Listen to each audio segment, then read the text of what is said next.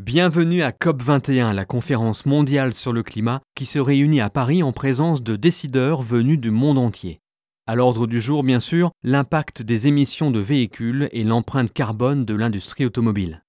Aujourd'hui pourtant, des solutions existent et les délégués à la conférence pourront en faire l'expérience par eux-mêmes grâce à l'alliance Renault-Nissan qui met à la disposition des participants une flotte de 200 véhicules 100% électriques. Il s'agit de la plus grande flotte de voitures électriques jamais déployée à l'occasion d'une conférence internationale.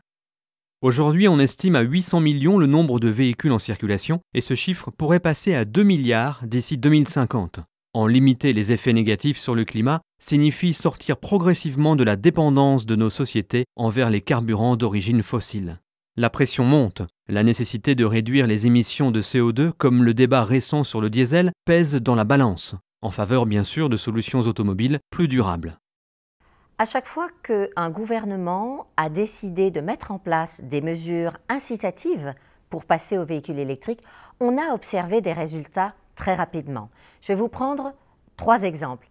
D'abord, la Norvège, qui est le pays, on va dire, le plus en avance en termes de déploiement du véhicule électrique, qui a mis en place des mesures financières, fiscales, un déploiement des infrastructures de recharge, mais également des facilités de circulation, notamment parking gratuit dans les villes et utilisation des lignes de bus. On a vu que ça a des effets directement sur les ventes de véhicules électriques qui sont autour de 20% déjà en Norvège, ce qui est un des meilleurs niveaux en Europe. Grâce aux véhicules électriques fournis par l'alliance Renault-Nissan, les délégués à la conférence COP21 pourront constater par eux-mêmes le rôle que jouent d'ores et déjà les véhicules électriques dans notre quête d'un air plus propre. À cet effet, de nombreux salariés de Renault et de Nissan se sont portés volontaires pour participer à l'aventure de COP21. Ok, la chose pour moi que j'aime beaucoup dans la voiture électrique, c'est en fait on peut rouler en sérénité et en silence, mais on a quand même le va-va-voom, mais en tout silence dans l'habitacle. C'est une très belle expérience. J'ai décidé de participer à la COP21 vraiment pour mes enfants, pour l'avenir. J'ai voulu démontrer que moi-même, en tant qu'adulte, je peux faire quelque chose pour eux dans les médias. Et tous ensemble, on peut participer, on peut contribuer. J'avais vraiment apprécié l'opportunité de le faire.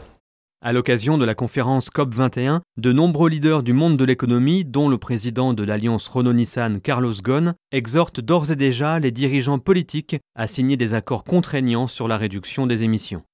Il revient au gouvernement du monde entier de continuer à investir dans les infrastructures indispensables et les subventions destinées aux consommateurs. C'est le prix à payer pour commencer à réduire sérieusement les émissions de CO2.